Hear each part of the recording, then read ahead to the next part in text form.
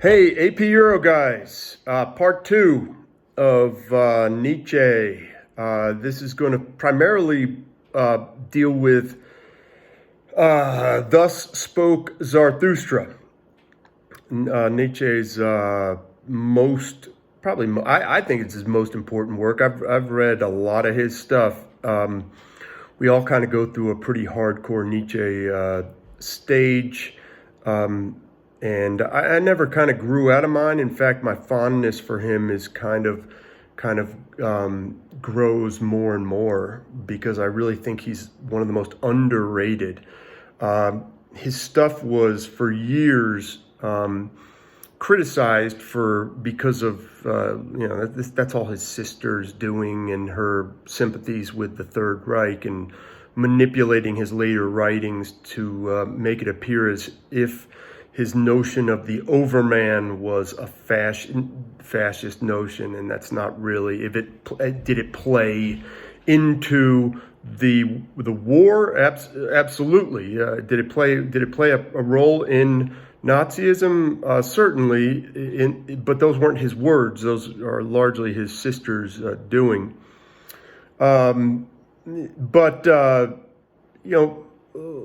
Let's take a look at this work, Zarathustra.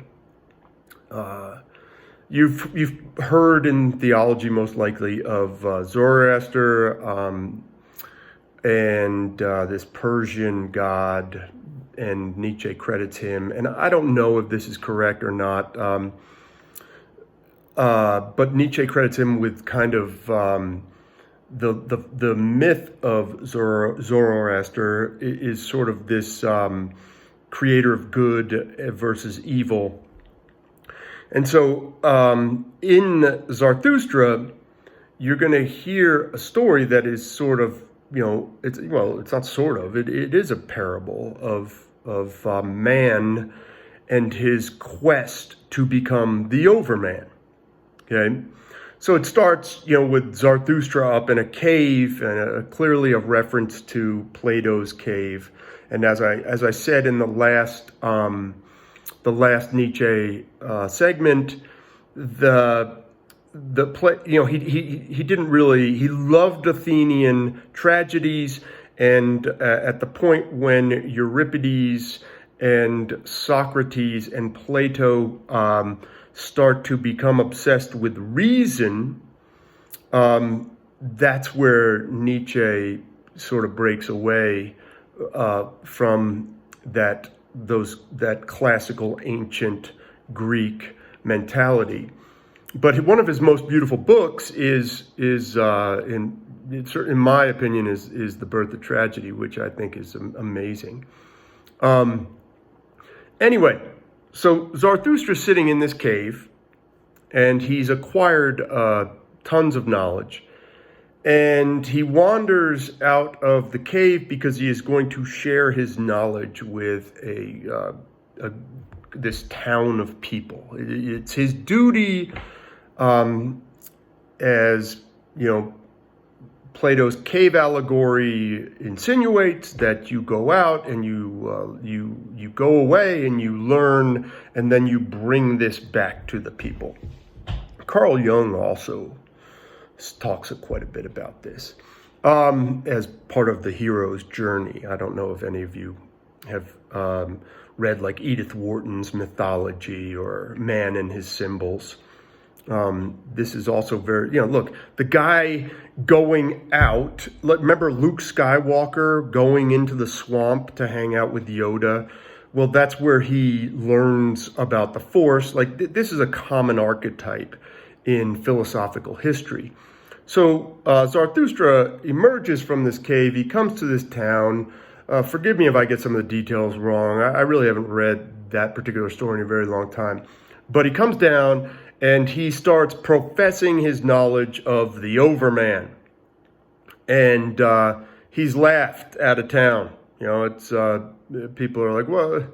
But before he goes, he comes across a tightrope walker. And the tightrope walker is this metaphorical symbol for man's progression from man to overman. Okay? Nietzsche has some beautiful quotes in Zarathustra that deal with the overman. He talks about one of his great lines is, "What is an ape to man? A laughing stock."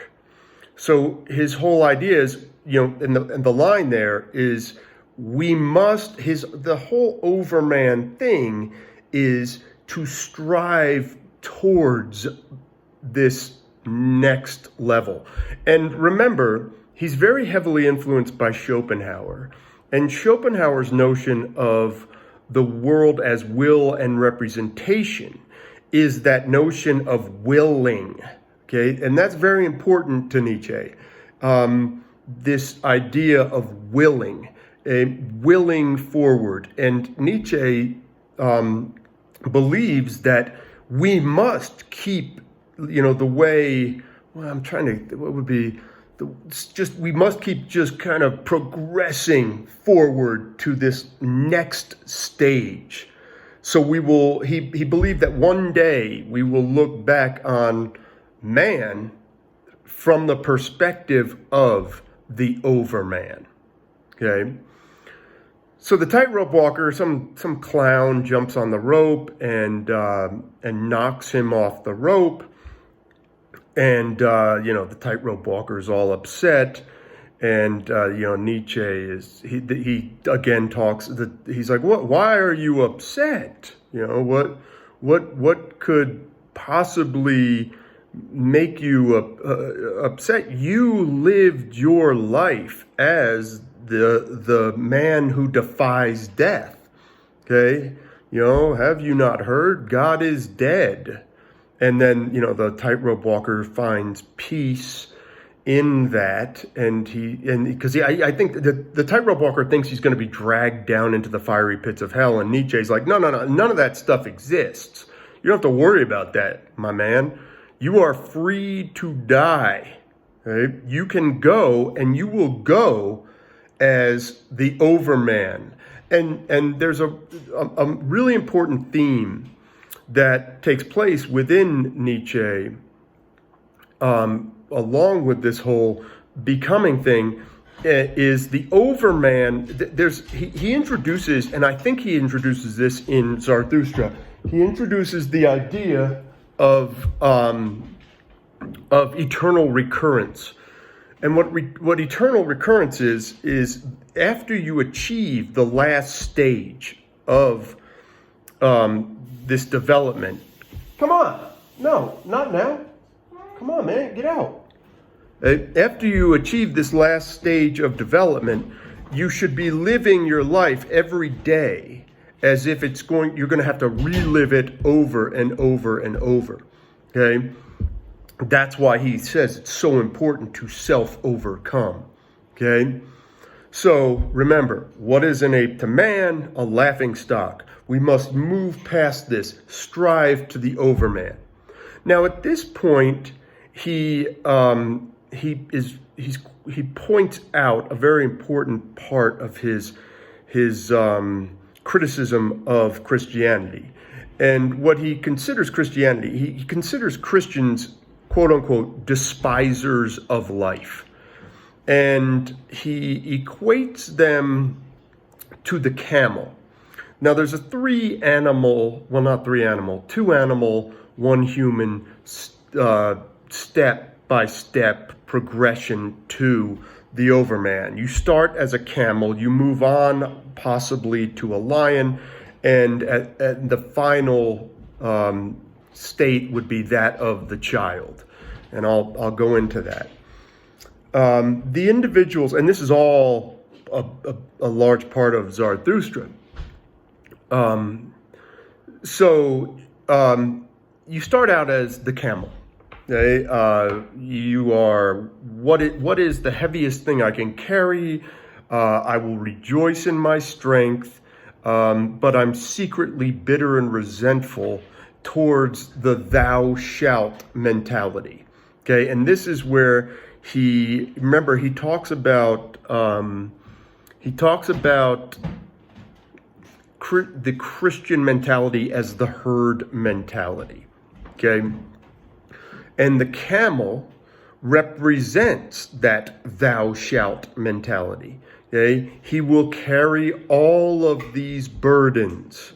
Okay, and but he will be resentful the whole time. This is one of his, major criticisms of Christianity, in that you are selling away this life for the possibility of one that he would denote as non-existent. And that's where the term despisers of life comes from. What you hope to do is you hope to move and forward into a new manifestation, that of a lion. And the lion wants to capture the freedom that the camel does not have and be his own lord. Self-discovery, still filled with loathing toward the herd, because he's able to look back on the camel, and the camel representing the herd mentality,